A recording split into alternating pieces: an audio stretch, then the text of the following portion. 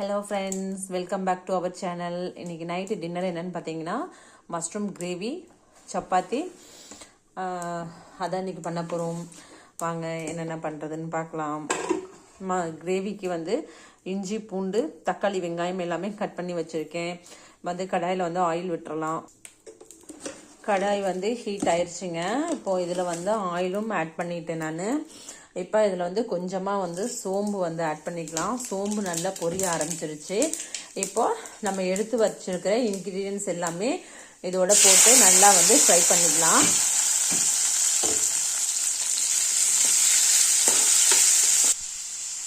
இது நேற்றுக்கு baby mushroom தாங்க கொஞ்சம் நிறைய வாங்கினேன். நேற்று கொஞ்சம் பிரியாணி பண்ணிவிட்டு சரி இன்றைக்கி சப்பாத்திக்கு கிரேவி போட்டுடலாம் அப்படின்னு சொல்லிட்டு குட்டி குட்டி மஷ்ரூமாக இருக்குது. இதெல்லாம் எடுத்து வச்சுட்டு அப்படியே தான் இன்றைக்கி கட் பண்ணாமல் மஷ்ரூம் பண்ண போகிறேன், கிரேவி பண்ண போகிறேன். இதில் பார்த்தீங்கன்னா ஆல்மோஸ்ட் நமக்கு தக்காளி வெங்காயம் நல்லா வதங்க ஆரம்பிச்சிருச்சு. இப்போ ஸ்டவ் ஆஃப் பண்ணிவிட்டு இதில் தேங்காய் வச்சு நம்ம அரைச்சி எடுத்துகிட்டு வந்துடலாம். இங்கெல்லாம் பார்த்தீங்கன்னா தேங்காய் இந்த மாதிரி துருவி ஒரு பாக்ஸில் வச்சுருப்பாங்க. 2 தேங்காய் துருவி தான் வச்சுருப்பாங்க. இப்போ இதில் ஒரு 2 ஸ்பூன் அளவுக்கு தேங்காய் மிக்ஸி ஜாரில் ஆட் பண்ணிக்கிறேன். இதிலே பார்த்தீங்கன்னா தெரியும் 2 பீஸ் தேங்காய் துருவி வச்சு உங்களுக்கு வச்சுருப்பாங்க.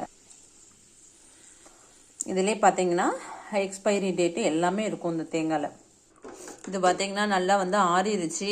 இப்போ நம்ம மிக்ஸி ஜாருக்கு ட்ரான்ஸ்ஃபர் பண்ணிடலாம். இப்போ பார்த்தீங்கன்னா நம்ம மசாலா அரைச்சி எடுத்து வச்சுட்டோங்க.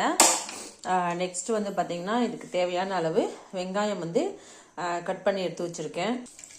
இப்போ கடாயில் ஆயில் விட்டாச்சுங்க. இப்போ இதுக்கு தேவையான அளவு வெங்காயத்தை ஆட் பண்ணிடலாம். வெங்காயம் போட்டு நல்லா வதக்கி விட்டோம். நெக்ஸ்ட் பார்த்தீங்கன்னா நம்ம வாஷ் பண்ணி எடுத்து வச்சுருக்கிற மஷ்ரூமை இது கூட ஆட் பண்ணிக்கலாம். நான் எல்லாமே முழு மஷ்ரூம் அப்படியே தான் போட்டிருக்கேன். இதில் எதுவுமே நான் கட் பண்ணியே போடலைங்க. ஏன்னா மஷ்ரூமே பார்த்தீங்கன்னா பேபி மஷ்ரூமாக இருக்குது. இதுக்கு தேவையான அளவு மஞ்சத்தூள், சில்லி பவுடர்.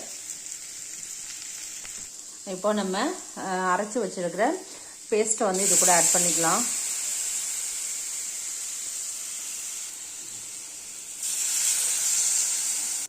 இப்போ பார்த்தீங்க அப்படின்னா இதுக்கு தேவையான அளவு சால்ட் ஆட் பண்ணிக்கலாங்க.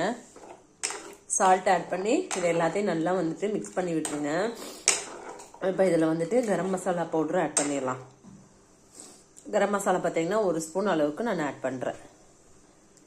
இது எல்லாத்தையும் நல்லா மிக்ஸ் பண்ணி விட்டுறலாம். ஒரு கொதி வந்ததுக்கப்புறம் ஆஃப் பண்ணிக்கலாம். ஆல்மோஸ்ட் நம்மளுடைய கிரேவி ரெடி ஆயிடுச்சிங்க. இப்போ ஸ்டவ் ஆஃப் பண்ணிடலாம். இப்போ நம்ம ஒரு பவுலுக்கும் ட்ரான்ஸ்ஃபர் பண்ணியாச்சு.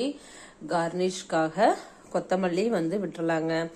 அவ்வளோதான், நம்மளோட டேஸ்டான மஷ்ரூம் கிரேவி ரெடி ஆயிடுச்சு. நெக்ஸ்ட் சப்பாத்தி பண்ணிவிட்டு உங்களுக்கு காட்டுறேன்.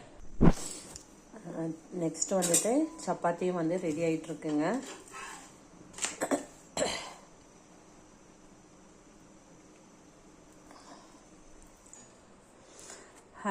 நம்ம எல்லா சப்பாத்தியும் போட்டு எடுத்தாச்சுங்க.